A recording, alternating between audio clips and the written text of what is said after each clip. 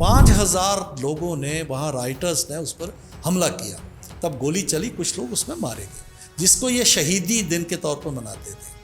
उसके बाद ये अभी भी मनाते थे आज से? हाँ, अभी तक 2019 तक। नहीं, कुछ पार्टीज ने तो अभी भी बनाया। आपने देखा होगा पिछले 13 जुलाई को ये लोग गए थे वहाँ पर, आए महाराज बाजार में हिंदुओं की दुकानें लूटी, लूटपाट की, कई लोगों को जो मारा, उसको जो महिला से उनकी बेइज्जती की। और मीरपुर उस समय जम्मू कश्मीर का हिस्सा था, वहाँ पर इतने राइट्स हुए जिसमें कि अली बेग गुरुद्वारा था उसको जला दिया गया। काफ़ी जो शेड्यूल कास्ट हिंदू थे उनको ज़बरदस्ती कन्वर्ट किया गया। वो 30 जुलाई 1931 था। ट्रेजेडी ये थी, जवाहरलाल नेहरू ने ये कंडीशन रखी कि विले को अगर इंडोर्स शेख अब्दुल्ला करेंगे तभी हम इसको मानेंगे। जवाहरलाल नेहरू जो थे वो शेख अब्दुल्ला के साथ इतने क्लोज थे, फिर 1953 में उनको अरेस्ट क्यों किया गया? वो कनाइव कर रहा था, he was conniving with Pakistan and America. Independence declare होने वाली थी। बेगम जो शेख अब्दुल्ला थी, उनके ऊपर कोठी बाग पुलिस स्टेशन में FIR था कि उनको फंड्स आते थे पाकिस्तान की तरफ से। हमने इतना बिल्कुल तिजोरी खोली थी। 80,000 करोड़ का पैकेज दिया था। जो मैं जिन प्रोजेक्ट्स की बात कर रहा हूँ वो प्रधानमंत्री मोदी जी के द्वारा दिया गया था। और हर मिनिस्टर्स को कोई डायरेक्शन थी कि जो भी मिनिस्टर वो आएगा अच्छा प्रपोजल है उसको करिए। कई लोग एग्जाइल्स में नौजवान थे, POJK के एग्जाइल्स में मिले हमें, जो रह रहे हैं, कई उनको वहाँ से बदल किया गया, आज़ादी के लिए लड़े थे। आज तो तब वो हमें कहते थे, भाई आप आकर कहते हो जम्मू कश्मीर आपका अभिन्न अंग है, कभी हमारी बात तो किया करो। और वहाँ भी लोग जो हैं वो चाह रहे हैं, वहाँ बहुत बड़ा विद्रोह हो रहा है, मोदी जी के नारे लगते हैं वहाँ पर, हम भारत में जाएंगे, वहाँ के जो है, आज तो पाकिस्तान में इस प्रकार की बातें होती, लेकिन मैं पाकिस्तान की बात नहीं करूँगा। लेकिन POJK जो भारत का अभिन्न अंग है, इलीगली उसको ऑक्यूपाई किया गया है, उसको वापस लेना है, डिप्लोमेटिकली नहीं से तो मिलिट्री भी ऑप्शन हो सकता है। इस प्रकार का हमारी सरकार जो सीधा सीधा मैसेज दे रही है। और इन्होंने इतना ब्लैकमेल किया है, भारत को ब्लैकमेल करते हुए, और पूरी दुनिया में क्या मैसेज दिया? जम्मू कश्मीर यानी कश्मीर, कश्मीर यानी मुस्लिम, मुस्लिम्स में कौन सा? सुन्नी मुस्लिम। और सुन्नी मुस्लिम में जम्मू कश्मीर में बहुत से सुन्नी मुस्लिम्स हैं, कश्मीरी, वो भी कश्मीरी जो अशरफी है। हाँ, अशरफी है। और उसमें से 2 परिवार 72 साल में उन्होंने पूरी डिबेट इसके इर्द गिर्द रखी। 1947 में मेरे इन लॉज जो थे वो पुलंदरी तहसील है, POJK में पड़ती है, वहाँ 35 लोग उनके मारे गए थे। जब वो शुरू हुआ, जब देखा भी अभी हम अपने आप को बचा नहीं सकते, उन लोगों ने अपनी औरतों को खुद जो है उन्होंने कहा उनको काटा। एक आदमी बच के आया था। जम्मू ने इतनी कुर्बानियां दी हैं लोगों ने। कोई घर आपको मिलेगा नहीं जिसका रिश्तेदार जो अपना घर का वहाँ शहीद नहीं हुआ है। जम्मू की बात कौन करता? नेशनलिस्ट की कौन बात करता? हमारे साथ बहुत धोखा हुआ है महबूब जी। ये तो शुक्र है कि केंद्र में भारतीय जनता पार्टी के नरेंद्र भाई मोदी की सरकार आई है और थोड़ा लोगों को जो है फैक्ट सामने आ रहे हैं। ये तो बहुत, और 42,000 लाशें ऐसे नहीं गिरी हैं। जम्मू के डोगरों का बहुत बड़ा खून है उसमें। हमने जो बहा है, हमने नेशनलिज्म के लिए बहा है, कुर्बानियां दी हैं हमने। जय हिंद दोस्तों, आप देख रहे हैं डिफेंसिव ऑफेंस। अगर वीडियो पसंद आए तो वीडियो को लाइक जरूर कीजिएगा और चैनल को सब्सक्राइब कीजिए और बेल आइकन दबाना बिल्कुल मत भूलिए। And if you want to support us please check the pinned comment. Thank you. जय हिंद दोस्तों, आप देख रहे हैं डिफेंसिव ऑफेंस और मैं हूं वैभव। आज हमारे साथ एक बहुत ही स्पेशल गेस्ट हैं आज के हमारे पॉडकास्ट के लिए, doctor Nirmal Singh ji. Deputy CM रहे हैं जम्मू एंड कश्मीर के और स्पीकर भी रहे हैं JNK असेंबली के, BJP के बहुत सीनियर लीडर हैं। और आज हम इनसे काफ़ी सारी बातें करेंगे। 5 अगस्त भी आ रही है और एनिवर्सरी होगी of abrogation of article 370 and 35A। उसके ऊपर भी सरकार ने क्या खोया है, क्या पाया है, भारतीय जनता पार्टी की जो सोच थी, जो विचारधारा थी उसके पीछे उसका क्या हासिल है, इसके बारे में बात करेंगे। और भी बहुत सारे इश्यूज बात करेंगे, रेडिकलाइजेशन के ऊपर बात करेंगे, जो इतिहास है जम्मू कश्मीर का जो कि डिस्कस नहीं होता है, जो वास्तविक इतिहास है, हम वो राजनीतिक इतिहास की बात हम कर रहे हैं, उसके ऊपर भी बात करेंगे। बहुत बहुत स्वागत है सर। आप बहुत बहुत धन्यवाद महबूब जी। सर, सबसे पहले तो आप बताएं कैसे हैं आप? बस बिल्कुल ठीक हूँ। मौसम कैसा है जम्मू कश्मीर का? हाँ, बहुत अच्छा है। अभी वहाँ बिल्कुल शांति है और मौसम भी है, बहुत अच्छा है। आज कश्मीर में बहुत से टूरिस्ट जा रहे हैं। पिछले साल 1 करोड़ और 80 लाख टूरिस्ट आए थे। अभी टारगेट है पिछले 2 करोड़ टूरिस्ट इस साल जो है इस सीज़न में वहाँ पर जाएंगे। बहुत खुशनुमा मौसम भी है और माहौल भी वैसा ही है जो पहली बार हमें वहाँ ऐसा देखने को मिल रहा है। हम थोड़ा इतिहास में चलते हैं। एक कैरेक्टर का नाम बहुत आता है जब भी हम इतिहास के पन्ने उलटते हैं। जम्मू कश्मीर की जो समस्या शुरू हुई बेसिकली, पाकिस्तान के किरदार, उसके रोल के ऊपर बहुत सारी बातें होती हैं, हम भी बहुत सारी बातें करते हैं, बट एक कैरेक्टर जो है ना उसके ऊपर बिल्कुल डिबेट नहीं होती मीडिया में, सोशल मीडिया पे उसके ऊपर कोई बात नहीं करता, जिसने एक बहुत बड़ा रोल प्ले किया था ऑफ बिहाइंड जो कश्मीर में समस्या शुरू हुई उसके पीछे, शेख अब्दुल्ला। तो शेख अब्दुल्ला को आप किस तरीके से देखते हैं जम्मू कश्मीर के इतिहास में? देखिए, शेख अब्दुल्ला उनका जो इतिहास शुरू होता है 1930 से शुरू होता है। वो अलीगढ़ मुस्लिम यूनिवर्सिटी में MSc कर रहे थे, तब नेशनल मूवमेंट चल रहा था। तो जब वो वापस गए तो वहाँ जाके उन्होंने एक रीडिंग रूम पार्टी बनाई और कुछ लोग जो थे जो बाद में उनके साथी बने, उसमें वो भी पढ़ते थे। तो वो एक स्टडी सर्कल सा था जिसमें उन्होंने सारी बातें वो डिस्कस करते थे, कई इश्यूज़ को डिस्कस करते थे। फिर उसके आधार पर उन्होंने all Jammu and Kashmir Muslim conference बनाई। कॉन्फ्रेंस के द्वारा उन्होंने जो पहला जो पॉलिटिकल मुद्दा लिया वो कम्प्लीटली जो है मुस्लिम जो है सेंट्रिक मुद्दे थे। वहाँ के जामा मस्जिद थी, पत्थर मस्जिद के इश्यूज़ थे, मुस्लिम्स को जो नौकरियाँ देने की बात थी, इस प्रकार से। तो पहले ये जो इनका जो बाद में नेशनल कॉन्फ्रेंस बनी, पहले वो मुस्लिम कॉन्फ्रेंस के तौर पर जो है वो कॉन्फ्रेंस बनी। और उन्होंने लिया क्योंकि महाराजा हरी सिंह उस समय के महाराजा थे जो कि जम्मू के रहने वाले थे और डोगरा राजपूत थे। तो उनका जो है उनका राज था उस समय। ठीक है, फिर एक उन्होंने डेमोक्रेटाइजेशन के लिए फाइट करना और वो एक किस्म का था, लेकिन उसका जो बेसिक जो उनका था वो मुस्लिम ओरिएंटेड था, मुस्लिम सेंट्रिक था, जिसके कारण आगे 1931 में बहुत ज़्यादा वहाँ राइट्स हुए। एक जब जो मूवमेंट चल रहा था तो पंजाब से एक अब्दुल कादर नाम का एक व्यक्ति था, पंजाबी मुस्लिम था, वो किसी इंग्लिश आर्मी अफसर के साथ कश्मीर में गया था।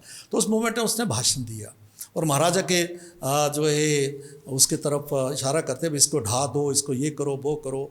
उसके बाद उसको पकड़ा गया, उस पर केस चला और 13 जुलाई जिसको छुट्टी डिक्लेयर होती थी 5 अगस्त से पहले, 13 जुलाई 1931 में उस पर केस चल रहा था, अदालत में केस चल रहा था। लेकिन बाहर वो केस नहीं चल पाया क्योंकि जिस प्रकार से आज पत्थरबाजी होती थी तब भी पत्थरबाजी होती थी। तो वहाँ से फिर को जज के हुक्म से वो जो है जेल में, सेंट्रल जेल कश्मीर में श्रीनगर में शिफ्ट किया गया। 5000 लोगों ने वहाँ राइटर्स ने उस पर हमला किया, तब गोली चली, कुछ लोग उसमें मारे गए, जिसको ये शहीदी दिन के तौर पर मनाते थे। उसके बाद ये अभी भी मनाते थे आज से? हाँ, अभी तक 2019 तक। नहीं, कुछ पार्टीज़ ने तो अभी भी बनाया। आपने देखा होगा पिछले 13 जुलाई को ये लोग गए थे वहाँ पर, जिसके लिए उन्होंने बड़ा हुअल्ला किया कि हम जाना चाहते थे वहाँ पर, हम जो है जाके सिजदा करना, जो भी करना चाहते थे वो इस प्रकार की बात की। तो ये 5 अगस्त के बाद वो छुट्टी जो है उनको ख़त्म की गई है। तो मैं जो बताना चाहता था कि इनकी जो मूवमेंट थी शेख अब्दुल्ला ने शुरू की, बेसिकली उसका आधार जो है कम्युनल आधार था और एंटी जम्मू, एंटी महाराजा, एंटी हिंदू लगभग था। तो ये उसकी शुरुआत है। उसके बाद मैं आपको बताऊं वैभव जी कि उसके कारण वो आए, महाराज बाज़ार में हिंदुओं की दुकानें लूटी, लूटपाट की, कई लोगों को जो मारा, उसको जो महिला से उनकी बेइज्जती की। और मीरपुर उस समय जम्मू कश्मीर का हिस्सा था, वहाँ पर इतने राइट्स हुए जिसमें कि अली बेग गुरुद्वारा था उसको जला दिया गया। काफ़ी जो शेड्यूल कास्ट हिंदू थे उनको ज़बरदस्ती कन्वर्ट किया गया। वो 13 जुलाई 1931 था वो, जो जिसके कारण जो उसको जो आज तक उसी को एक सिंबल के तौर पर, एक शहीदी दिन के तौर पर ये मनाते थे। जो कि जब भी वहाँ छुट्टी होती थी तो जम्मू के लोग चुप करके अपने घर में बैठते थे। कभी भी इस प्रकार की बात है भाई, ये कम्युनल आधार के ऊपर जो कम्युनल राइटर्स के जो है आप उनको बनाते हो, इस प्रकार की बात। तो ये इसका बैकग्राउंड था शेख अब्दुल्ला साहब का। अल्टीमेटली वो उनका अंग्रेज़ों के साथ, क्योंकि अंग्रेज़ जो थे, ब्रिटिश थे, उनका गिलगित में, क्योंकि Gilgit was the meeting point of 3 biggest powers. उस समय जो था कम्युनिस्ट रशिया था, इधर मूव कर रहा था, ब्रिटिश इंडियन एम्पायर था, चाइनीज़ एम्पायर था और अफगानिस्तान था, वो मीटिंग पॉइंट था। तो जो कम्युनिस्ट रशिया था उनकी एक्सपेंशन हमारे दक्षिण की भारत की तरफ हो रही थी, ब्रिटिश वहाँ पर एक फ्री हैंड चाहते थे, तो वो दबाव डाल रहे थे महाराजा हरी सिंह के ऊपर भी हमें उसको लीज पर दे दो गिलगित को, वो नहीं मान रहे थे। महाराजा हरी सिंह ने यूनियन जैक जो था जहाँ कश्मीर में उसको हटा दिया था। वो ना जब गए वहाँ पर जो रेजिडेंसी में देखा तो उन्होंने कहा भी ये कहाँ लगता है, ज़मीन पर लगता है या बिल्डिंग पर लगता है। उन्होंने कहा ये बिल्डिंग पर होना चाहिए, ज़मीन पर नहीं होना चाहिए, उसने हटाओ इसको।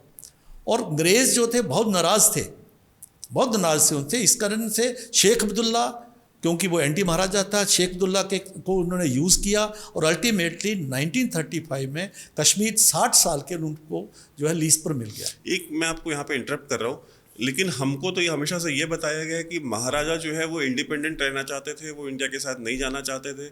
और हम अगर देखें तो राउंड टेबल कॉन्फ्रेंस जो लंदन में हुई 1930s में, उसमें भारत की इंडिपेंडेंस का जो रिजोल्यूशन था वो महाराजा ने मूव किया था।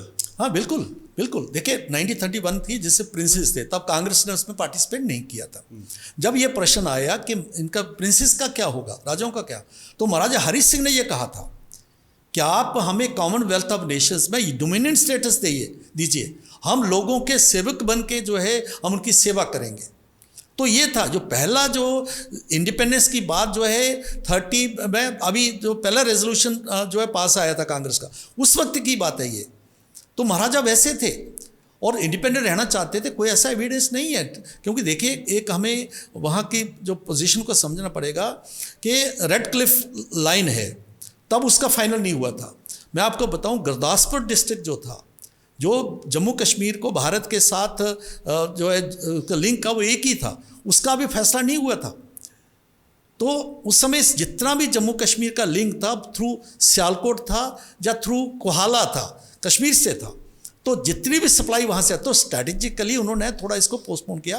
अल्टीमेटली जब रेड क्लिफ लाइन हुई और जब इवन के लाहौर, तब जो है उस जो पहला जो पार्टीशन का प्रपोजल था उसमें वो भारत में था और गुरदासपुर जो है वो पाकिस्तान को जा रहा था। फिर लाहौर को एक्सचेंज करके गुरदासपुर लिया, तब लिंक बना।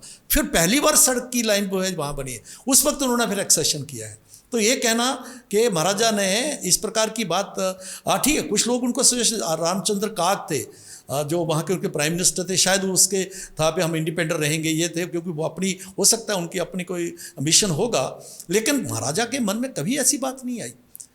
महाराजा ये जो कहना, ये एलिगेशन है, कोई भी एक चीज़ को जो बताता नहीं है कि महाराजा का कोई फैक्ट नहीं बताता है महाराजा। तो महाराजा ने जब भी मौका मिला, जब वो लाइन बन गई और जिस प्रकार का माहौल बने, उन्होंने पहला जो है किया कि भारत के साथ उन्होंने विलय किया।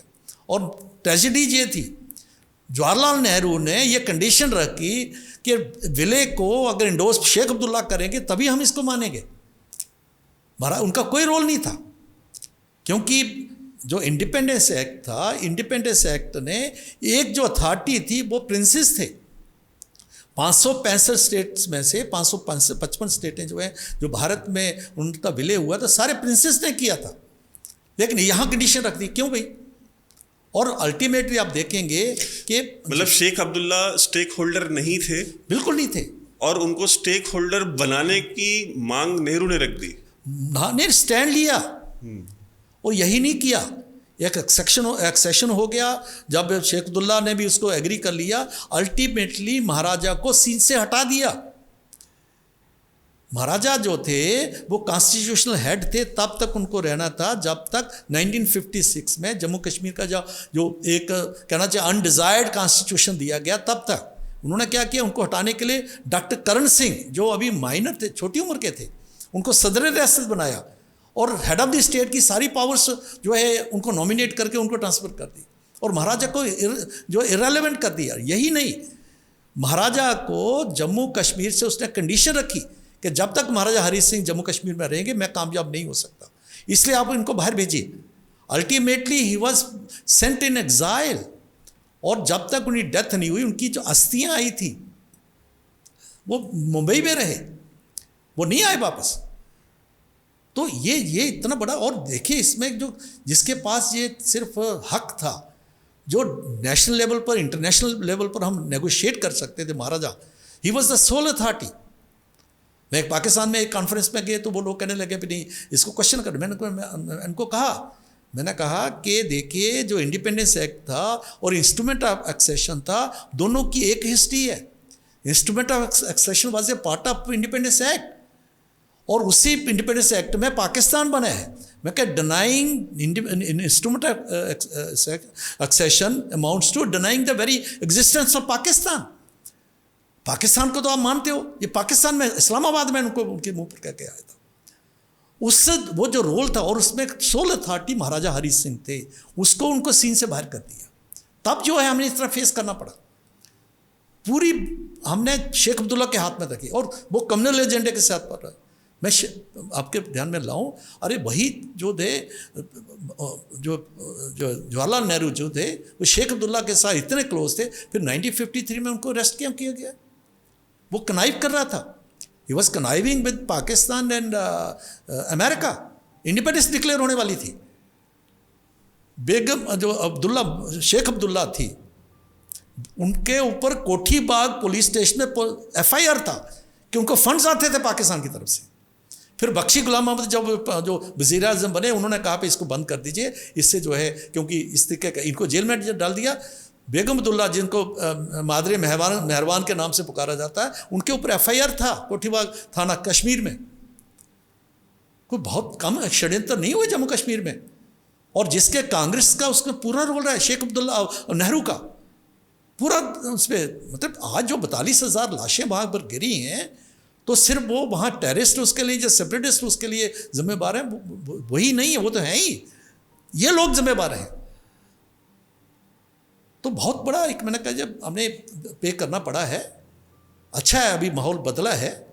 नहीं, जब आपने आर्टिकल 370 जब हटाया, तो उस समय आपकी क्या विचारधारा थी कि हम इससे क्या अचीव करना चाहते हैं? मतलब कुछ हो गए ना, अगर हम कोई भी काम करने जाते हैं तो हमारे दिमाग में होता है कि हाँ, अगर हम ये काम करेंगे तो हमको इसके ये 2, 3, 4, 5 रिजल्ट्स मिलेंगे। तो वो रिजल्ट्स आपके दिमाग में क्या थे, और 3 years 4 years down the line क्या आपको वो रिजल्ट्स मिले? देखिए वैभव, इसमें 2 एस्पेक्ट्स में बात करना चाहूँगा। हमारे ध्यान में क्या था, भारतीय जनता पार्टी, चाहे वो जनसंघ था, चाहे भारतीय जनता पार्टी थी, एक बात थी कि जम्मू कश्मीर वैसी एक रियासत है, स्टेट है, बाकी स्टेट्स हैं, इसको स्पेशल ट्रीटमेंट क्यों? और जब हम एक कंट्री वन कंट्री वन जो है पीपल की बात करते हैं, तो फिर उनको भी वैसा होना चाहिए। दूसरा हमारा कहना था कि अभी ताज़ा हमने एक कम्युनल लाइंस के ऊपर एक पाकिस्तान स्टेट क्रिएट हुआ है मजहब के आधार पर, और दूसरी आप आधार रख रहे हो, दूसरा उसका आधार रख रहे हो। क्योंकि जितना जो है सिर्फ 3 जो थे, डिफेंस, कम्युनिकेशंस और फॉरेन अफेयर्स, ये भारत के पास थे, बाकी सारी जो है उन्हें कश्मीर को उनको दे दी। वहाँ पॉलिटिकल सिस्टम को मैं अभी कभी मौका मिलेगा डिस्कस करूँ किस प्रकार था। Government employees used to be the agents of national conference party के, ये 53 उसके तक हुआ है। तो इस प्रकार का था। तो ये अलगाववाद जो उसका रूट्स हैं, सेपरेटिज्म के रूट्स इससे आर्टिकल 370 के बीच में थे। तो ये पॉलिटिकल वर्कर्स को सरकारी नौकरियां दी गई या सरकारी नौकरी करने वालों को पॉलिटिकल वर्कर बनाया गया? दोनों बातें थी। दोनों थी। और जो मैं आपको बताऊं, देखिए इसका जो साइकोलॉजिकल था, मैसेज क्या था, कश्मीर को लगता था दो I am in India but I am not 100% Indian, I am special. तो मैं स्पेशल हूँ, इसका मतलब है कि मैं पाकिस्तान जा सकता हूँ। जब यूएनओ भी चल गए, उसका और हमने कर दिया, आज़ादी मुझे मिल सकती है, और ऑटोनॉमी तो है ही है। तब तो महबूबा जैसे लोग और ये लोग, फारूक अब्दुल्ला वैसे रोज कहते थे हाँ इसको हाथ लगाया, जिसमें नहीं चलेंगे, हाथ नहीं चलेंगे, जिसमें जल जाएंगे। इस प्रकार की थ्रेटनिंग होती थी, और ये टेम्परेरी था। और नेहरू जी ने कहा था घिसते घिसते घिस जाएगा। उसने जो बहुत बड़ा, सबसे बड़ा नुकसान इसका ये था कि इसने साइकोलॉजिकल, एक मनोवैज्ञानिक एक बीज था, उसको बोया। उसका फिर उसके आगे जो टेररिस्ट मूवमेंट्स खड़ी हुई या सेपरेटिस्ट मूवमेंट करी, इसी आधार पर खड़ी हुई। दूसरा, इसने इकोनॉमिकली भारत की जो मेन स्ट्रीम इकोनॉमी है उससे लग रखा। आज जम्मू कश्मीर में कोई प्राइवेट सेक्टर नहीं है। एक मिल थी जो चनाब टेक्सटाइल मिल, शेख अब्दुल्ला की मेहरबानी से वो कठुआ में लगी, आज 8,000 से ज़्यादा नौकरियां वो देती है। उसके अलावा कोई प्राइवेट सेक्टर नहीं है। पूरा डिपेंडेंस कुछ सरकारी नौकरियों पर भी होगी, वो भी पुलिस और जो सिक्योरिटी रिलेटेड जो एजेंसीज हैं, जिसके अनएम्प्लॉयमेंट की जो चलाते हैं पे नहीं है, तो उसका कोई फॉरेन जो बाहर से इन्वेस्टमेंट नहीं आता था। लैंड लॉज ऐसे थे। आर्टिकल 335A जो होता है, एक प्रेसिडेंशियल ऑर्डर को, एक ऑर्डर हुआ पहली उसमें इंक्लूड किया, उसके बाद उसको कॉन्स्टिट्यूशन से हटा दिया गया। जितनी भी कॉपी कहीं आपको मिलेगा नहीं। आप भी बड़े रिसर्चर हैं वैभव जी, ढूंढिए उस समय 35A को जब जो है 2015 के बाद इसकी चर्चा शुरू हुई है, कई लोगों ने निकाला, तब लोगों के ध्यान में आया 35A भी कोई है जो लैंड लॉज को और सारे राइट्स को जो है करता था। वहाँ पर जो लोग थे, जैसे वेस्ट पाकिस्तानी रिफ्यूजीज थे, 3 पीढ़ियों से वहाँ रह रहे, कोई हक नहीं था उनको। वाल्मीकि थे, शेख अब्दुल्ला ने उनको, जो बेचारे शेड्यूल कास्ट थे, उनको जो है वहाँ से लाके सफाई के लिए लाया। सफाई कर्मचारी के अलावा उनको कोई नौकरी नहीं मिलती थी। जो सफाई कर्मचारी कश्मीर वैली में नहीं थे? नहीं, कश्मीर में जम्मू में नहीं थे। वहाँ के लोग तो ज़्यादा काम नहीं करते थे, जो मेले का काम नहीं करते थे, वो पंजाब से लाए गए। लेकिन वो सफाई का उनको नौकरी मिल जाती थी म्यूनसिपैलिटी में कहीं, उसके बाद नहीं, कितने भी पढ़े लिखे जाए, डॉक्टर वगैरह जो कोई भी नहीं मिलती थी। गुरखास थे, जिन्होंने जम्मू कश्मीर के लिए महाराजा के वक्त जो है काफ़ी काम किया था सुरक्षा के लिए, उनको कोई हक नहीं थे। ऐसे ही जो थे, मतलब ये वो लोग थे। ऐसे ही जो गुज्जर बकरवाल है, जो एसटीज़ हैं, जो 100% मुस्लिम्स हैं, गद्दी सिपी हैं, उसमें हिंदू हैं, पहाड़ीज़ हैं जिनको अभी रिजर्वेशन है, उनको कोई पॉलिटिकल रिजर्वेशन जो थी 5 अगस्त 2019 से पहले नहीं थी, पूरे देश में थी। जिनको वो क्लेम करते हैं कि गुज्जर बकरवाल की बड़ी बातें करते थे, नहीं थी, पहली बार मिला है।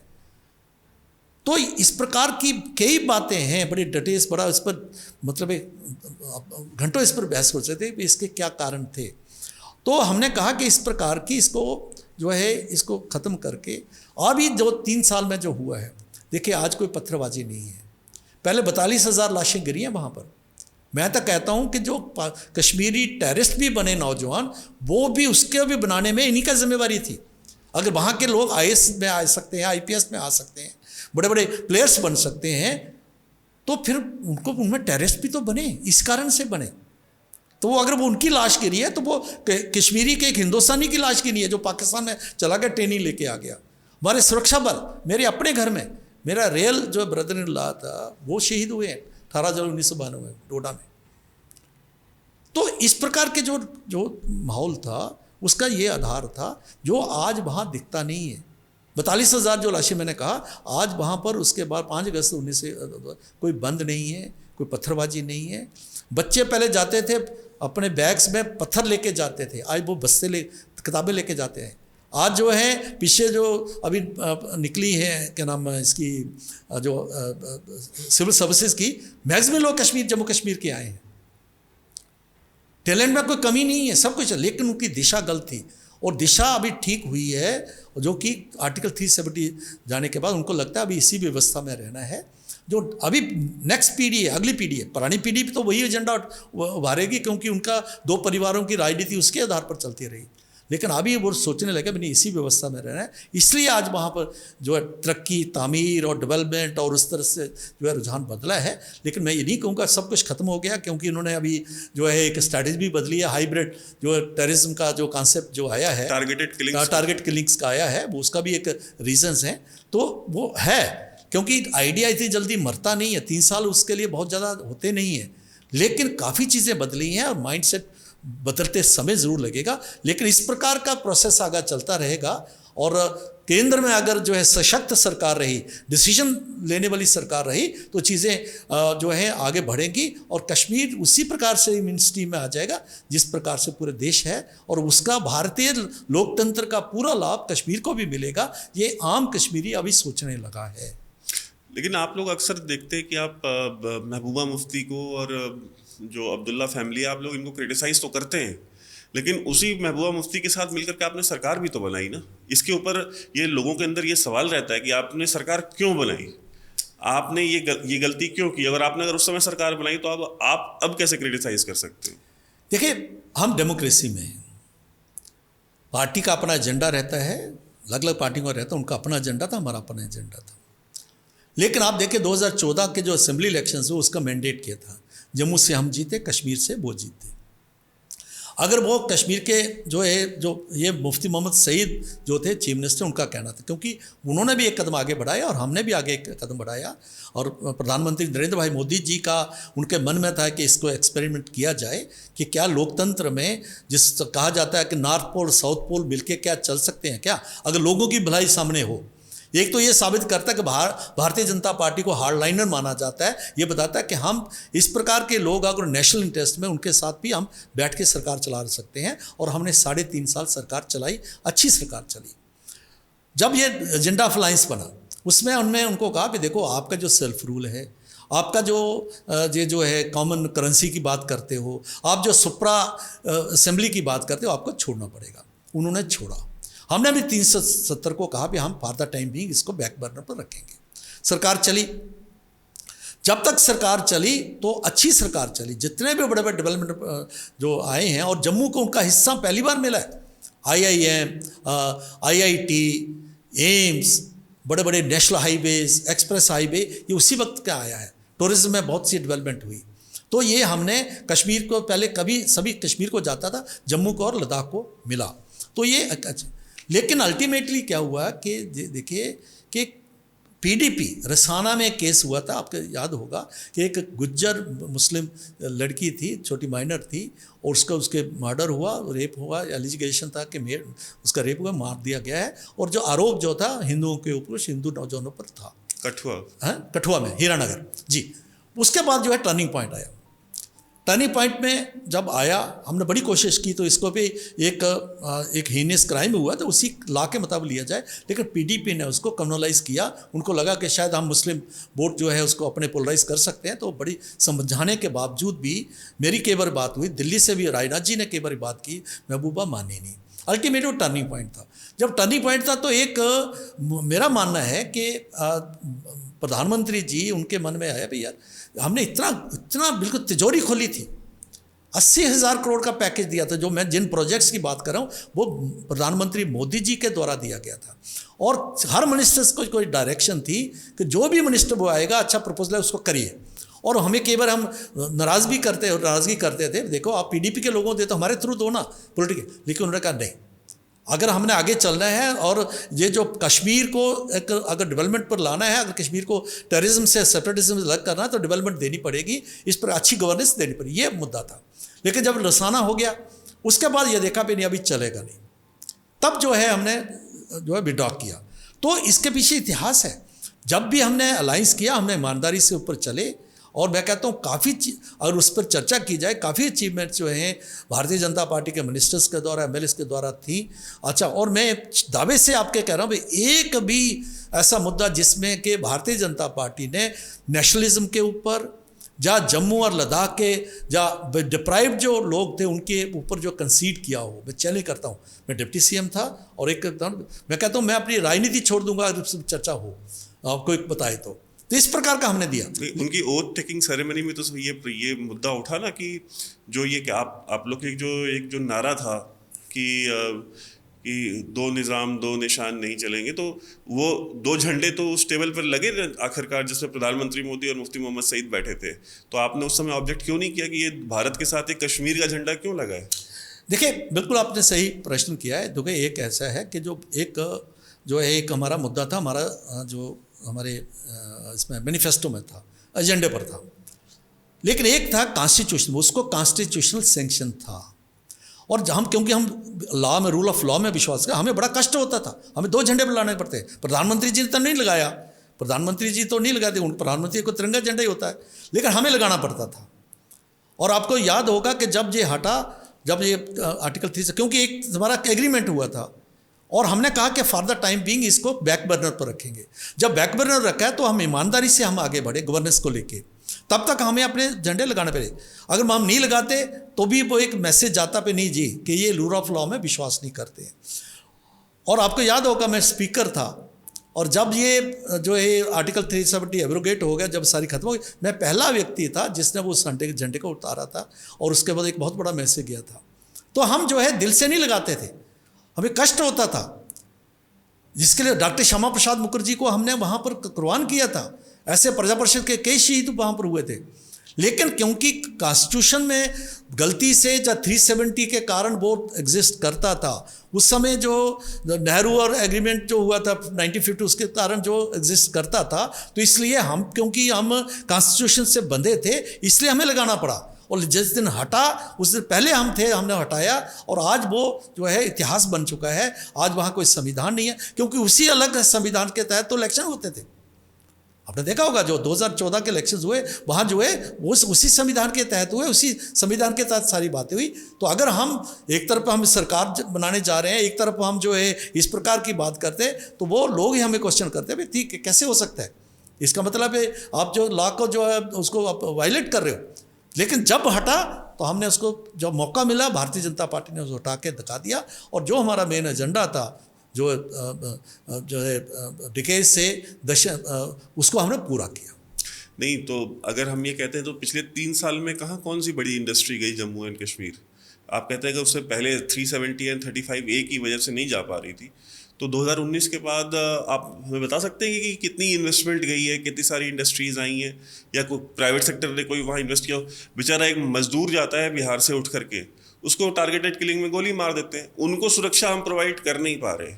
तो हम लार्ज स्केल पे हम जब बात करते हैं कि नहीं यहाँ पे मतलब एक फैक्ट्रियाँ लगेंगी, और जब जाहिर सी बात है जब फैक्ट्री लगेगी तो सारे JNK एक्सक्लूसिव फैक्ट्री तो नहीं लगेगी, कहीं भी फैक्ट्री लगती है मेजॉरिटी लोकल ही आती है, बट 15-20-30% लोग बाहर से भी आते हैं, क्योंकि एक लोकेशन में हर तरह की मैन पावर नहीं रहती। मतलब जितने इंजीनियर चाहिए होंगे उतने इंजीनियर जरूरी नहीं कि पूरे जम्मू एंड कश्मीर में हो। तो आप मुझे कुछ बता सकते हैं, कुछ फिगर की हाँ मतलब हाँ ये चेंज हुआ है, हमारे ये इन्वेस्टमेंट आई है? जी देखिए, ऐसा है कि बहुत बड़ा फोकस जो है जम्मू कश्मीर सरकार का जो है बाहर से इन्वेस्टमेंट लाने का है। और अभी पीछे अमित भाई शाह हमारे गृह मंत्री आए थे, 500 करोड़ के कई फैक्ट्रीज़ ने MOU भी साइन हुए हैं, और अभी एग्जैक्ट फिगर मेरे पास नहीं है, लेकिन बहुत ज़्यादा इन्वेस्टमेंट जो है थाउजेंड्स ऑफ करोड़ का इन्वेस्टमेंट आ रहा है। उसके लिए क्या है कि लैंड लॉज बदले हैं। अभी मैंने जैसे कहा कि ये जो है चनाब टेक्सटाइल है, जो शेख अब्दुल्ला जी ने खास मेहरबानी करके उसको अलाउ किया था, 8000 की जो है एम्प्लॉयमेंट देती है, उसके बाद कोई नहीं आया। HMT था कश्मीर में, बड़ा वो बंद होना पड़ा था। ये हालात थे। आज प्राइवेट इन्वेस्टमेंट जो है, बड़ी बड़ी कंपनीज आ रही हैं, कोका कोला आ रहा है, अभी सांबा में, कठुआ में, और अलग अलग कश्मीर में भी। कश्मीर में इतना स्कोप नहीं है जितना जम्मू में स्कोप है। तो इन्वेस्टमेंट जो थाउजेंड्स ऑफ करोड़ से लोग इन्वेस्ट कर रहे हैं, और अभी भी पाइपलाइन में काफ़ी प्रोजेक्ट्स हैं। तो आने वाले वक्त 3 साल उसके लिए, क्योंकि जिस प्रकार का वहाँ का माहौल था, विश्वास बनने में, इन्वेस्ट में अभी समय लग रहा है। और ये जो आपने टारगेट किलिंग की बात की, यही उनका मकसद है, क्योंकि वहाँ इन्वेस्टमेंट आ गई, वहाँ लोगों को एम्प्लॉयमेंट मिली। तो अभी क्या कर रहे हैं, उनमें वो दम तो नहीं है पे जाके जो है धनाते आते थे, मस्जिद से निकल के आते थे, अनाउंसमेंट्स होती थी, और हज़ारों लोगों के बीच में जो है बंदूकें लेके आते थे। अभी उनकी दम नहीं है। आज वो हमारी सिक्योरिटी फोर्स से आर्मी को फेस नहीं कर सकते।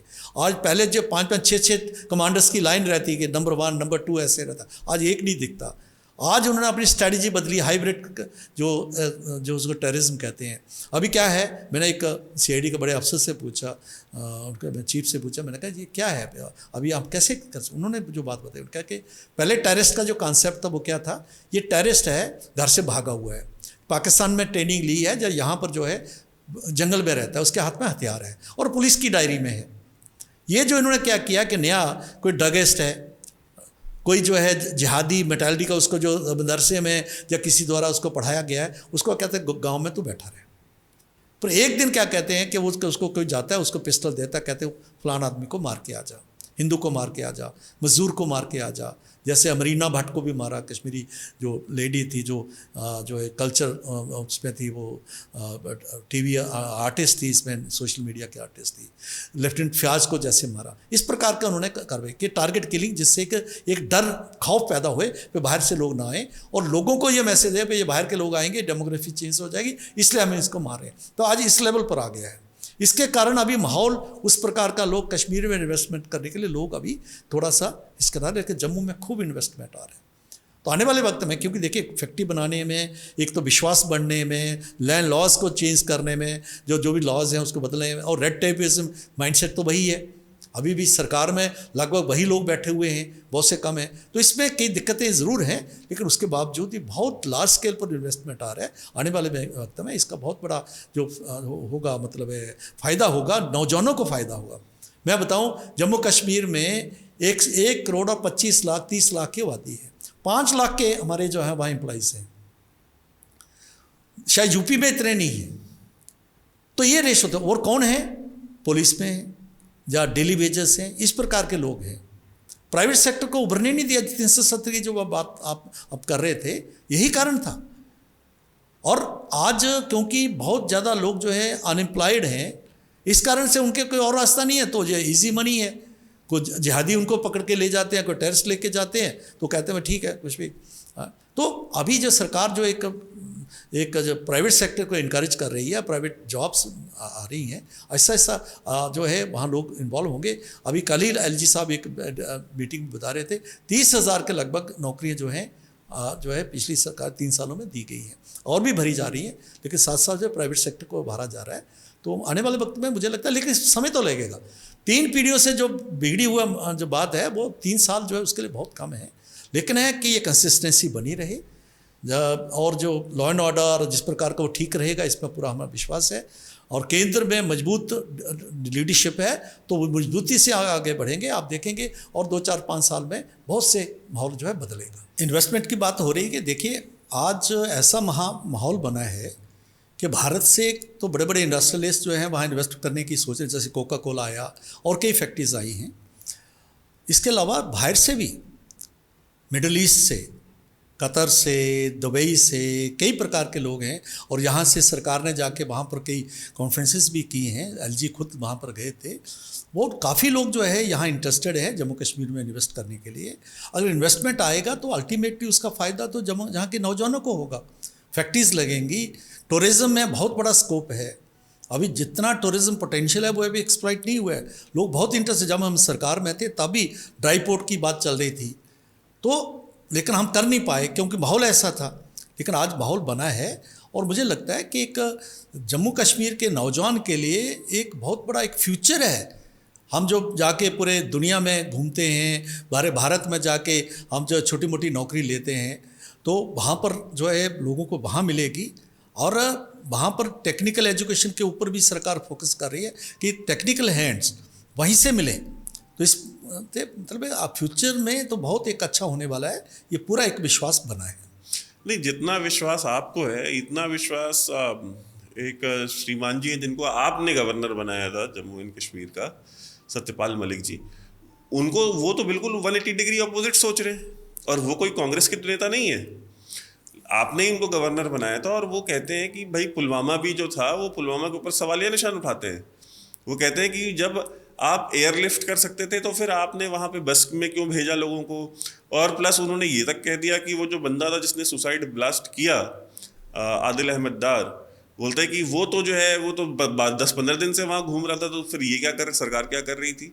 तो इनको तो पता होना चाहिए था कि वो 12 दिन से ID लेके घूम रहा है। अच्छा, मैं जो जितनी मेरी समझ है VVIDs की, मैं कहूँ कि 15 दिन VVIDs लेके कोई नहीं घूमता, बट ये उनका आर्गूमेंट है। तो आप मुझे ये बताइए कि वो इतने ऑप्टिमिस्टिक नहीं है, और उनके भी जो क्वेश्चंस हैं वो बिल्कुल ऑपोजिशन को बड़े पसंद आ रहे हैं, और जो नेसेयर्स हैं वो उस पर एग्री करते हैं, because he is trying to make some sense out of his arguments. देखिए वैभव जी, सत्यपाल मलिक जी वो गवर्नर रहे हैं, और उनके समय में ही बहुत बड़े फैसले, और आपने बनाया था। हाँ बिल्कुल, मैं मानता हूँ, और मैं उनकी इज्जत भी बहुत करता हूँ, क्योंकि हमारे साथ बड़े अच्छे उनके रिलेशंस रहे, बहुत अच्छे रिलेशंस रहे हैं। लेकिन उनका ये स्टेटमेंट एक बार भी जो है, और वो क्लेम करते हैं कि मैं बेबाक बोलता और सुनता रहता हूँ, दिल्ली से कब फ़ोन आएगा, ये कहने के लिए वो खुद कहते हैं, जो केवल कैमरे पर उन्होंने मीडिया में कहा है। लेकिन उस समय अगर इस प्रकार के इतने बोल्ड थे तो ये बात तब उनके जहन में क्यों नहीं आई, एक तो प्रश्न ये है। और तब भी नहीं आई जब उनको जो बाहर कई जगह उनको मणिपुर भेजा गया या गोवा में पहले भेजा गया, तब भी वो बोले नहीं। ठीक है, तब तो उनको लगता था नहीं यार मेरी बात चल नहीं रही है, और मुझे ऐसे क्रूशियल टाइम पर मुझे गवर्नर बनाया गया, और जैसे वो क्लेम करते मैं बहुत अच्छा किया हूँ। जब उनको लगा कि ये थोड़ी कमियाँ हैं, तो जब उनको ऑफर दिया गया बड़ी स्टेट से छोटी स्टेट में जाने का दिया तो उन्होंने रिफ्यूज़ करना चाहिए था, नहीं किया। तो ये अपने में एक संकेत करता है कि जो वो प्रश्न उठा रहे हैं वो कितने सही है। और जब वो कहते हैं कि ये ढूंढ रहा था, अरे भाई होम मिनिस्ट्री तो आपके पास थी, सीआईडी आपके पास थी, और यूनिफाइड कमांड जो होती है उसमें आईबी, रॉ, जो है सीआईडी, सिक्योरिटी फोर्सेस के सारे लोग बैठ के वो चर्चा करते हैं और सारी बातें गवर्नर साहब के जहन में रहती। मैं डिप्टी सीएम था, मेरे ध्यान में कई बार बातें रहती थी, काफ़ी रहती है। ठीक है, होम मिनिस्ट्री हमारे पास नहीं थी, लेकिन यूनिफाइड कमांड में खुल के बात होती थी। तब क्या बात आपके ध्यान में नहीं आई? और आज वो ब्लेम जो है क्योंकि आप बाहर हैं तो आप जो है दिल्ली के ऊपर फेंकोगे। हाँ, दिल्ली उसमें जो है सिक्योरिटी रीज़न से जहाँ वहाँ इनपुट्स के कारण ठीक है वो जिम्मेवारी बनती थी और बहुत बड़ा हमने नुकसान भी हुआ, वो बात यहाँ तक सही है। लेकिन उसके लिए सिर्फ जो है एजेंसी जो केंद्र की एजेंसी से जिम्मेवार हैं और स्टेट का कोई रोल नहीं था, ये बात मुझे समझ नहीं आती है। तो उनका हो सकता कोई नाराज़गी और हो जिसके कारण वो इस प्रकार की बात उठा रहे हैं। जो आगे का उनका जो है भविष्य के बारे में वो कोई सोच रहे होंगे कि मेरा क्या रोल, पॉलिटिकल रोल बना। बेसिकली है तो पॉलिटिकल आदमी ना, तो इसलिए क्या सोच रहे मुझे मालूम नहीं। इससे ज़्यादा मैं उनके बारे में कुछ नहीं कहूँगा। दूसरा ये मैं कहूँगा, देखिए, क्योंकि आज जो टेररिज्म है या जिहाद है, एक पैरेलल जो है एक सिस्टम है, वो टेक्नोलॉजिकली और बाकी जो कई बार जो है स्टेट के भी आगे निकलते हैं, क्योंकि और जिसके पीछे एक स्टेट पूरा पाकिस्तान जैसा बैठा हो जिसका एक ही काम है, खुद बर्बाद हो जाएंगे लेकिन भारत को सुख शांति से नहीं जीतने पड़े। कई बार वो कामयाब, जैसे अभी मुंबई में बम ब्लास्ट हुए जिस प्रकार का था, तो ठीक है वो चीज़ें जो है उनको कई बार जो चोर होता है, बदमाश होता है, उसको मौका मिल जाता है। 1000 अटैम्प्ट करेगा, एक आधा अटैम्प्ट में वो जो है कामयाब होता है। वर्ल्ड ट्रेड सेंटर हमारे सामने, अमेरिका जैसा, क्योंकि हम देखते हैं कि पूरे first world war, second world war, इसमें अमेरिका को कोई टच नहीं कर सका क्योंकि बॉर्डर्स जहाँ लड़ाई लड़ी गई उससे कई दूर थे। लेकिन वर्ल्ड ट्रेड सेंटर को भी गिराया गया, कितना बड़ा उस समय लगा था भी फेलियर है। लेकिन कहना चाहिए कि इस प्रकार से कोई भी फुल प्रूफ यह है कि कोई मैजिक बैंड रहता है किसी के हाथ में, ये पॉसिबल नहीं होता। कई बार जो है इस प्रकार के शरारती तत्व जो हैं जो कामयाब होते हैं तो वो उनको कामयाबी मिली है, लेकिन उस समय की सरकार जिसके वो हेड थे उसकी भी उतनी ही जिम्मेवारी थी।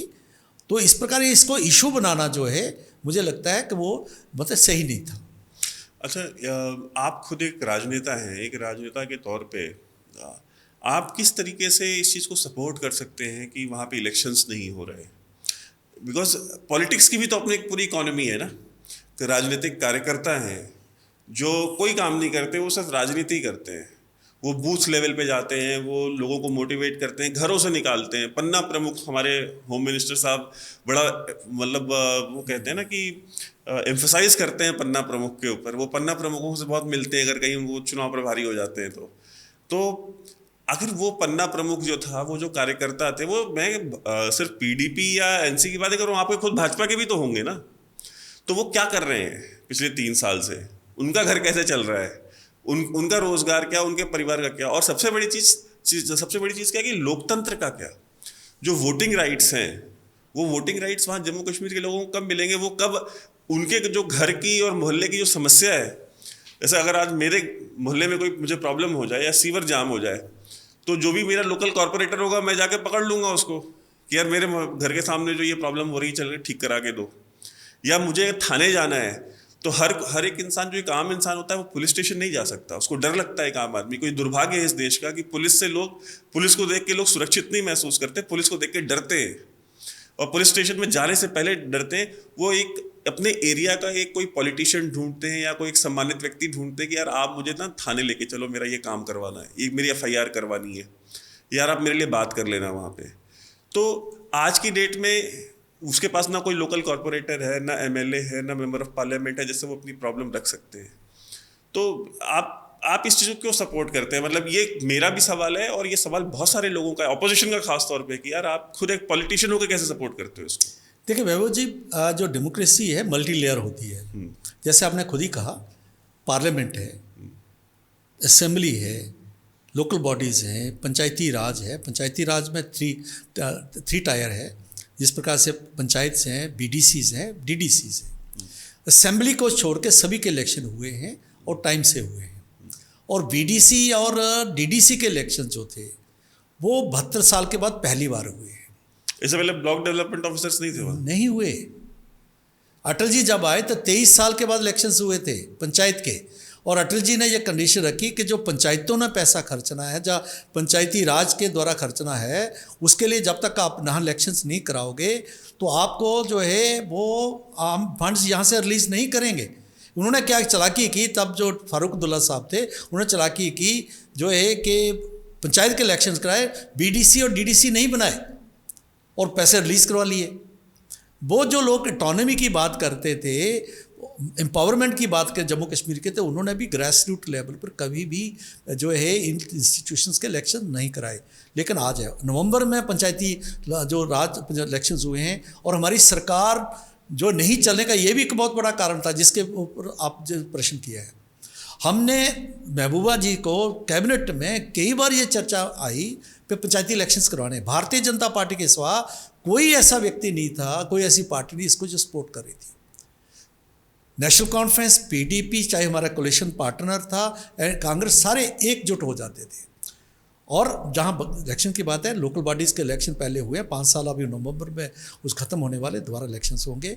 लोकसभा की तैयारी चल रही है। एकमात्र इलेक्शन है जो असेंबली इलेक्शन है, जो कि पार्टी का मानना है कि इसको इलेक्शन जल्दी होने चाहिए, ये हम बार बार कह रहे हैं, और फैसला इलेक्शन कमीशन ने लेना है। लेकिन ये मैं मानूंगा कि इसमें डिले का कारण हो सकता है कि जम्मू कश्मीर एक बहुत बड़ा स्ट्रक्चरल चेंज हो रही है, ट्रांजिशनल फेज से हम गुजर रहे हैं। कि एक असेंबली थी, स्टेट की असेंबली थी और UT की असेंबली बनी है। आज उसका डिलिमिटेशन का था। पहले 87 सीट्स थी और उसमें से 4 सीट कश्मीर पाकिस्तान चली गई, लद्दाख में चली, 83 थी, अभी 90 हो गई है। अभी रिजर्वेशन का इशू था, पहाड़ीज़ की रिजर्वेशन था, STs की रिजर्वेशन था, जो आज 72 साल की नहीं मिली, उसका इशू था, और जो सारा चल रहा था उसके रहते हुए। और उपयुक्त समय क्या है ताकि कहीं जो है इलेक्शन आने के बाद फिर से वही वो एजेंडा जिस प्रकार से उठाते हैं वो भी शायद इशू होगा। लेकिन पार्टी तो बिल्कुल तैयार है और लगातार हम लोगों में हैं, लगातार लोगों में हैं, और पंचायती इलेक्शन उसके लिए भी तैयारी है, और जो है लोकसभा और असेंबली इलेक्शन के लिए भी तैयारी है। जब इलेक्शन हो गए हम तो तैयार हैं। हमने तो बार बार कह रहे हैं भी इलेक्शन होने चाहिए, और जो एक्सपर्ट्स हैं, सिक्योरिटी एस्पेक्ट्स को जानने वाले हैं, सरकार वहाँ की है, और इलेक्शन कमीशन मिल के असेंबली इलेक्शन कब होना है जल्दी वो फैसला करेंगे, हमें पूरा विश्वास है। तो हमें मान के चले कि 2024 में जब लोकसभा इलेक्शंस होंगे तो सांसद जो है वो जम्मू एंड कश्मीर से भी चुन के आएंगे? अभी भी हैं। नहीं, मैं अगली 24 की बात कर रहा हूँ। हाँ, 24 में तो होंगे ही, क्योंकि जो सांसद हैं, 5 सांसद जो है जम्मू कश्मीर में 2019 के इलेक्शन में चुन के आए हैं, जिसमें नेशनल कॉन्फ्रेंस के भी हैं, भारतीय जनता पार्टी के भी हैं, और भी पीछे जो है हमारा एक गुज्जर जो नेता हैं उनको राज्यसभा में चुना गया है, नॉमिनेट किया गया है। तो आगे भी इलेक्शन जो है रूटीन में होंगे। तो असेंबली इलेक्शंस भी होंगे 24 में? हाँ, हम एक्सपेक्ट करते हैं कि लोकसभा के साथ या उसके साथ हो सकते हैं, हो सकता है अगर इलेक्शन कमीशन डिसाइड को पहले भी हो सकते हैं। तैयारी पूरी है। अच्छा, हम एक बयान सुनते हैं अभी, पहले ये बयान बहुत कम सुनाई देता था, हाल के दिनों में बहुत ज़्यादा सुनाई दे रहा है। डिफेंस मिनिस्टर राजनाथ सिंह जी भी बार बार इसकी बात चर्चा कर रहे हैं। अभी हाल ही में उन्होंने एक बयान दिया कि हम कारगिल में हमने जो है वो लाइन ऑफ कंट्रोल क्रॉस नहीं की, जबकि हम कर सकते थे। लेकिन अब वो कह रहे हैं कि अब इस बार जो है वो हम जो LOC है वो क्रॉस करेंगे और POJK को लेकर रहेंगे चाहे कुछ भी हो जाए। तो बड़े कॉन्फिडेंस दिखाई दे रहा है उनकी बातों में कि वो एम्फसाइज कर रहे हैं इस चीज़ पे। और हमको पता है कि कोई भी रक्षा मंत्री या कोई भी गृह मंत्री पॉलिसी लेवल पे जब तक डिसीजन ना हो वो बयान नहीं देते। तो आप कैसे देखते हैं कि POK को लेने की क्या वाकई में आपकी पार्टी, आपकी सरकार में मंशा है? और अगर है तो क्या ये फिर वैसा ही एक किस्सा बन के रह जाएगा जो जैसे राम मंदिर को कहते थे कि मंदिर वही बनाएंगे बट तारीख नहीं बताएंगे? अभी राम मंदिर की तारीख भी हो गई है और भारतीय जनता पार्टी के व्यक्त में समय में हुई है, और राम मंदिर, भव्य राम मंदिर बन रहा है। तो ये बताता है 370 के बारे में भी लोग कहते थे कि ऐसी कहले पे बताओ कब उठाओगे, ऐसे बातें करते, वो भी हो गया। तो भारतीय जनता पार्टी का नेतृत्व जो कहता है वो करता है। और जहाँ तक पीओजेके का बात है, ये सिर्फ भारतीय जनता पार्टी का रिजॉल्व नहीं है, ये पूरे नेशन का रिजॉल्व है। फरवरी 1994 का रेजोल्यूशन है, यूनानिमस रेजोल्यूशन है, शायद नरसिम्हा राव जी तब प्राइम मिनिस्टर थे। हमने कहा था उस रेजोल्यूशन में, पार्लियामेंट ने कहा था कि अगर कोई आउटस्टैंडिंग इशू है पाकिस्तान के साथ है, वो है पीओजेके, और उसको कैसे हमने वापस लेना है वो इशू है। तो this is on record, this is national resolve. और उसके लिए तरीके रहते हैं, डिप्लोमेसी रहती है उसमें। अगर डिप्लोमेसी काम नहीं करती है जब, तो फिर मिलिट्री सोल्यूशन भी रहता है, मिलिट्री सोल्यूशन भी रहता है। तो डिप्लोमेटिकली जिस प्रकार से आज पीओजेके से ही आवाज़ें उठी, मेरा खुद जाना हुआ पीओजेके में, वहाँ इतनी बुरी हालत है। मुझे एक कर्नल साहब मिले जब मैं 1999 में, हम टोरंटो में एक कॉन्फ्रेंस था, तो उस कॉन्फ्रेंस में 1990 से बाद की बात है, तो कॉन्फ्रेंस वहाँ कर्नल साहब थे, पाकिस्तान आर्मी में थे। वो व्यक्ति थे जिनके फादर जो थे जहाँ गिलगित के थे, वो खान थे, वहाँ के राजा थे। तो हमारे जो महाराजा हरि सिंह के एक गवर्नर थे ब्रिगेडियर घनसारा सिंह, उनको अरेस्ट किया था, क्योंकि जब वो रिवोल्ट हो गया, हमारी आर्मी भी जो थी वो रिवोल्ट कर गई, और अंग्रेज़ों ने भी बड़ा रोल प्ले किया था। तो मेजर ब्राउन ने, नहीं, मेजर घनसारा सिंह, नहीं, मेजर ब्राउन ने बड़ा रोल प्ले किया। हाँ, मेरे मेजर ब्राउन ने, यस, तो ठीक है, तो आपके ध्यान में है। तो तब वो उनके जो खान थे, उनका बेटा मुझे मिला, उसने कहा कि डॉक्टर साहब, हमने पाकिस्तान में जाके बहुत जो है गलती की। कहते आपके यहाँ कितना टेररिज्म है, लेकिन आपकी फ़ौज ने, आपकी एयरफोर्स ने कभी भी यहाँ शेलिंग नहीं की है, हमारे ऊपर शेलिंग करते हैं ये। आज हमारी डेमोग्राफी चेंज हो रही है। जम्मू कश्मीर में बहुत बड़ी इशू बना है डेमोग्राफी चेंज लगा, लेकिन एक भी इलीगल पाकिस्तान से लोग पिछले समय आके वहाँ स्टेट बना के बैठे हुए थे, पाकिस्तान से शादियां होकर आ रहे थे, लेकिन जम्मू हिंदुस्तान से कोई ऐसा व्यक्ति नहीं गया जो इलीगली वहाँ पर है। गिलगित बल्तिस्तान में तो बहुत सारे जो ये अपने केपी के नॉर्थ वेस्ट फ्रंटियर के जो पठान हैं, हाँ, उनको ला करके बसाया वही डेमोग्राफी चेंज। और मतलब कौड़ियों के नाम, मतलब 100 रुपए 150 रुपए एकड़ पे उनको जमीनें दी गई। जी, ये उनका कहना था। फिर हम स्वीडन में मिले, कुछ लोग मिले, बाकी जगह कई लोग एग्जाइल्स में नौजवान थे, पीओजेके के एग्जाइल्स में मिले हमें, जो रह रहे हैं, कई उनको वहाँ से बदर किया गया, आज़ादी के लिए लड़े थे। आज तो तब वो हमें कहते थे, भाई आप आकर कहते हो जम्मू कश्मीर आपका अभिन्न अंग है, कभी हमारी बात तो किया करो। और आज देखिए, आज जम्मू कश्मीर असेंबली में उनकी एक नॉमिनेशन की बात हुई है, वहाँ जो डिस्प्लेस हो गए आए हैं, और पहली बार हमने कहा कि वहाँ के मौसम की बात बता रहे हैं, पहली बार इस प्रकार की बात हो रही है। तो ये बता रहा है कि हम जो हैं, हमारी पूरा प्रयास ही नहीं है, हम करेंगे, डिप्लोमेटिकली नहीं होगा तो अगर मिलिट्री सोल्यूशन नहीं होगा, अगर डिफेंस मिनिस्टर कहते हैं तो हम किस एक्सट्रीम तक जा सकते हैं, ये तो क्लियरली बताया जा रहा है। डिप्लोमेटिकली भी हम करेंगे, और वहाँ भी लोग जो हैं वो चाह रहे हैं, वहाँ बहुत बड़ा विद्रोह हो रहा है, मोदी जी के नारे लगते हैं वहाँ पर, हम भारत में जाएंगे, वहाँ के जो है, आज तो पाकिस्तान में इस प्रकार की बातें होती, लेकिन मैं पाकिस्तान की बात नहीं करूँगा, लेकिन पीओजेके जो भारत का अभिन्न अंग है, इलीगली उसको ऑक्यूपाई किया गया है, उसको वापस लेना है, डिप्लोमेटिकली नहीं से तो मिलिट्री भी ऑप्शन हो सकता है। इस प्रकार का हमारी सरकार जो सीधा सीधा मैसेज दे रही है। एक आखिरी सवाल आपसे कि जब आप ये सारी बातें करते हैं पीओजेके की और कश्मीर के ग्रोथ की, और इसमें आप चाहें तो इस सवाल को स्किप भी कर सकते हैं, बट जो मुझे बाहर से बैठ के जो मुझे एक चीज़ लगती है कि जम्मू कश्मीर का कोई भी डिस्कशन होता है तो उसमें जो जम्मू रीजन है ना, उसका डिस्कशन बहुत कम होता है, और मेन स्ट्रीम मीडिया में मेरे ख्याल से ना के बराबर होता है। 100 में से शायद कोई एक डिबेट भी नहीं होती, क्योंकि मैंने नहीं सुनी आज तक। I am still to find the debate. पहले भी मैं देखता था, जो 2019 के पहले भी या उसके बाद भी जो डिबेट्स होती हैं बेसिकली, तो उसका जो पैनल फॉर्मेशन होता है, उस पैनल फॉर्मेशन में भी जो जम्मू रीजन का कोई नहीं होता है। उसमें एक ऐसा बंदा होगा जो शायद born and brought up Delhi में है, बट वो भी उस पैनल का हिस्सा होगा। मतलब कोलकाता का रहने वाला कोई पत्रकार उसका डिस्कशन में हिस्सा ले रहा होगा, बट जम्मू रीजन का रिप्रेजेंटेशन नहीं होता है। और कहीं ना कहीं एक जो डोगरा लेगेसी है वो बहुत पीछे रह गई है इस पूरे जम्मू कश्मीर इशू को लेकर के। क्योंकि हम पीओजेके भी तो नया टर्म है ना, पीओजेके भी हमने अब बोलना शुरू किया है पिछले 1.5-2 साल, वो भी भारतीय जनता पार्टी और हमारे संगठन के कारण। हाँ, शुरू किया। पहले पीओके ही होता था, पहले पीओके ही, जम्मू उसमें भी नहीं था। हाँ, जम्मू नहीं था। और जो मुजफ्फराबाद एक वजीर वजारत थी, वो भी कश्मीरी स्पीकिंग नहीं है। कश्मीर नहीं है, वो पूरा जम्मू डोगरा, डोगरा मतलब पंजाबी गुजर्स एंड डोगरास डोमिनेटेड है पूरा। और ये मुजफ्फराबाद और ये जो पूरा एरिया, अच्छा इसमें भी लोगों को ये नहीं समझ में आता कि कश्मीर वैली एक्चुअली पाकिस्तान के पास 1 इंच भी नहीं है।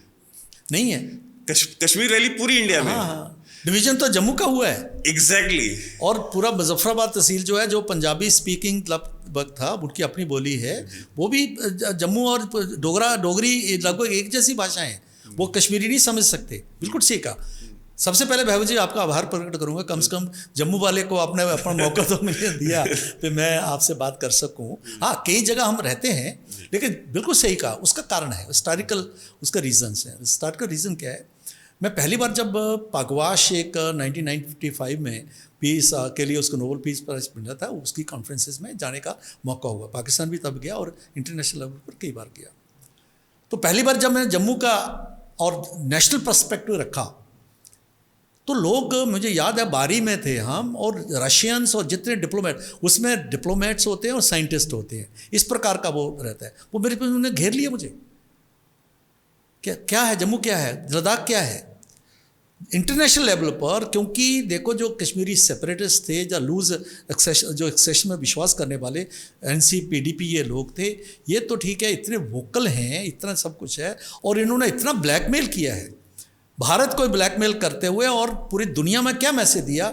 जम्मू कश्मीर यानी कश्मीर, कश्मीर यानी मुस्लिम, मुस्लिम्स में कौन सा? सुन्नी मुस्लिम। और सुन्नी मुस्लिम में भी, सुन्नी मुस्लिम में जम्मू कश्मीर बहुत से सुन्नी मुस्लिम्स हैं, कश्मीरी, वो भी कश्मीरी जो अशरफी है। हाँ, अशरफी है। और उसमें से 2 परिवार 72 साल में उन्होंने पूरी डिबेट इसके इर्द गिर्द रखी है। ये पहली बार हुआ कि जब जम्मू का जब जो है रिप्रेजेंटेशन होना शुरू हुआ, जब पगवाश में कई जगह हम कॉन्फ्रेंसेस में गए, अटल जी के बाद में हुआ है। और उसके बाद 2008 में जो अमरनाथ आंदोलन चला, पहली बार जो तिरंगा लोगों ने देखा घर घर, पहली बार लोगों को लगा नहीं भाई, जम्मू कश्मीर भारत का अभिन्न अंग, एक अंग है, यहाँ भी तिरंगा है। लोगों को लगता है ये पाकिस्तानी झंडे चढ़ते हैं यहाँ। तो ये था एक। और उसका जम्मू का क्या क्यों नहीं था? क्योंकि जम्मू और कश्मीर समस्या को रहते हुए भारत जिस प्रकार से डील कर रहा था, जिस प्रकार से उनकी डीलिंग रहती थी, एक पीसमेंट के आधार पर, और एक जो कहते पीस को बाई करने का, एक है, एक एस्टैब्लिश करना पीस, एक बाई करना, वो पीस को बाई करते रहे, अपीसमेंट करते रहे। पहली बार जो फर्म डिसीजन के बाद आज जम्मू का भी रोल। और मैं बताऊं, टेररिज्म को लड़ने के लिए जम्मू से हमारे जो नौजवान थे, जिसमें बहुत से मेजॉरिटी अफसर जो थे वो मुस्लिम थे, और जम्मू के डोगरों ने जाके वहाँ फाइट की है फ्रंट पर। और यहाँ पे आम लोगों ने, जो एसपीओज थे, जो बीडीसीज थे, जम्मू के लोगों ने फाइट किया डोडा के पहाड़ों में। लेकिन हम जो है कुर्बानियाँ तो देते रहे, प्रजा परिषद की कुर्बानी से लेकर तिरंगा जो 1953 तक वहाँ झंडा फहराना जो है जुल्म था। 15 अगस्त 1947 को हम आज़ाद हुए थे, नहीं चढ़ता था, परमिट था। उसके लिए लड़ने के लिए फ्रंट लाइन पर जम्मू के डोगरे और जम्मू लड़ता रहा, लेकिन उनको कभी रिकग्निशन नहीं मिली। शायद उस समय की, शायद नहीं, सरकारों का रवैया ऐसा था, और लगता था भी, और जम्मू वालों को लगता था भी हमने कुर्बानी देनी है। मैं बताऊं, मैं पहले भी कहा हूं, मेरा रियल ब्रदर इन लॉ जो है शहीद हुआ 1947 में। मेरे इन लॉज जो थे वो पुलंदरी तहसील है, POJK में पड़ती है, वहाँ 35 लोग उनके मारे गए थे। जब शुरू हुआ, जब देखा भी अभी हम अपने आप को बचा नहीं सकते, उन लोगों ने अपनी औरतों को खुद जो है उन्होंने कहा, उनको काटा। एक आदमी बच के आया था। जम्मू ने इतनी कुर्बानियाँ दी हैं डोगरों ने। कोई घर आपको मिलेगा नहीं जिसका रिश्तेदार या अपना घर का वहाँ शहीद नहीं हुआ है। लेकिन न्यूमेरिकली हम कम थे, पॉलिटिकली जिस प्रकार से वहाँ पर जो है डिलिमिटेशन होता था, 37 सीटें जम्मू की और 46 सीटें कश्मीर की, आज 43-47 का हुआ है। हम पहाड़ी इलाके में हैं, कई प्रकार जो पैरामीटर से उनको इग्नोर किया गया। मैं आपको बताऊं, जम्मू कश्मीर में जब यहाँ पर इंडियन कॉन्स्टिट्यूशन बन रहा था, उसमें पता कि 4 लोग कौन थे? शेख अब्दुल्ला, कश्मीर के सबसे टॉलेस्ट लीडर, मौलाना मसूदी, जो बाद में जो जनता पार्टी में बहुत बड़े मौलाना थे वो थे, अफजल बेग, तीनों टॉप क्लास के लीडर्स थे। जम्मू से पता कौन था? डोगरा कौन था? मोतीलाल बेगड़ा उधमपुर का 8वीं पास व्यक्ति, उसको रखा था। पंडित प्रेरणा डोगरा थे वहाँ, बड़े बड़े लोग थे, ऐसा नहीं थे, उनको नहीं रखा। और नॉमिनेशन करने के लिए राइट किसको था? प्रिंसेस को था। लेकिन जम्मू कश्मीर में शेख अब्दुल्ला को राइट दिया गया, नेहरू ने। शेख अब्दुल्ला द्वारा नॉमिनेट जो है ये, क्योंकि उनका पिछलग्गू था इसलिए उसको किया। तो फिर 370 का विरोध कौन करता? जम्मू की बात कौन करता? नेशनलिस्ट की कौन बात करता? हमारे साथ बहुत धोखा हुआ है महबूब जी। ये तो शुक्र है कि केंद्र में भारतीय जनता पार्टी के नरेंद्र भाई मोदी की सरकार आई है और थोड़ा लोगों को जो है फैक्ट सामने आ रहे हैं, नहीं तो बहुत। और 42,000 लाशें ऐसे नहीं गिरी हैं। जम्मू के डोगरों का बहुत बड़ा खून है उसमें। कश्मीर का खून है, वो भी देश के लिए है, लेकिन बहुत ज़्यादा खून वो है जो दूसरी तरफ से, पाकिस्तान की तरफ से जो बहा है और के कारण बहा है। हमने जो बहा है, हमने नेशनलिज्म के लिए बहा है, कुर्बानियाँ दी हैं हमने। और जम्मू में टैलेंट कम है ऐसा नहीं है, लेकिन ये एस्टैब्लिश हो गया कि जम्मू के लोग कुछ जानते नहीं, कुछ नहीं है, इस प्रकार की बात है। लेकिन आहिस्ता आहिस्ता चीज़ें अभी उभर रही हैं। आने वाले वक्त में काफ़ी चीज़ें ठीक होंगी। ये हमें जम्मू कश्मीर के लोगों को, चाहे वो जम्मू के लोग हैं, चाहे कश्मीर के लोग हैं, चाहे हिंदू मुसलमान सिख ईसाई हैं, उनमें एक विश्वास बना है। और केंद्र में मजबूत सरकार रहे, डिसीजन करने वाली सरकार है। ऐसा नहीं हो 2004 में जैसे हो गया, 10 साल हमने बर्बाद कर दिए और हमने ये कहा कि स्काई इज़ द लिमिट, कहीं भी जाए, तो लोगों के हौसले बुलंद हो गए। हमने ये मान लिया शर्मल शेख में कि हाँ बलूचिस्तान में हम भी जो है टेररिज्म को बढ़ावा दे रहे हैं, तो आगे ये भी आ गया था पे नहीं टेररिज्म। मनमोहन सिंह ने शर्मल शेख में एक्सेप्ट किया था। यस, और अब हमने एक्सेप्ट कर लिया वहाँ। और पाकिस्तान में भी अपने आप को टेररिस्ट विक्टिम कहना शुरू हो गया। लेकिन मोदी जी के बाद आए हुए नहीं, वो टेररिस्ट स्टेट है, इसलिए टेररिज्म और टॉक साथ साथ नहीं चल सकता। ये पहले फर्म जो पॉलिसी कोशिश उन्होंने बहुत की, जैसे शाह नवाज और दूसरे नवाज शरीफ के घर में चले गए, उन्होंने ओथ सेरेमनी उनको बुलाया। हमने को ऐसा नहीं है अभी लोग कहते हैं बड़े जो हैं एंटी पाकिस्तान हैं, वैसे ऐसा नहीं है। तो ऐसी ये इतिहास है, अभी इतिहास बदल रहा है। लेकिन जम्मू भारत के लोगों का बहुत बड़ा रोल है इसमें। मैं जम्मू कश्मीर की ओर से आपके जो है चैनल के माध्यम से ये मैं अपील करना चाहूँगा कि ये मामला आप क्या फैसला करते हो, हमारे लिए वो जीवन मरने का प्रश्न है। आपके लिए पॉलिटिक्स हो सकती है, आपके लिए जो लोग जो है अपोजिशन के लोग जो जिस प्रकार से कोशिश कर रहे हैं कि किसी भी मोदी का हटाया जाए, किस प्रकार से उसका हटाया जाए, सारे लोग जो हैं, चाहे वो खालिस्तानी हैं, चाहे वो सेपरेटिस्ट हैं, चाहे प्रो पाकिस्तान के लोग हैं, चाहे कुछ भी हैं, वो एकजुट हो रहे हैं। लेकिन जम्मू कश्मीर के लोग जो हैं पूरे भारत को देख रहे हैं कि आप जो हैं इस प्रकार की बात मत करिए आम लोगों से, कि जिससे कि हमारे लिए तो सर्वाइवल का है, जो थोड़ा बहुत बचा है और जो हमने चीज़ें जो है आपकी लाइन पर आ रही हैं, पटरी पर रेल आ रही है, उसको आगे बढ़े, इसके लिए आपका बहुत बड़ा रोल है।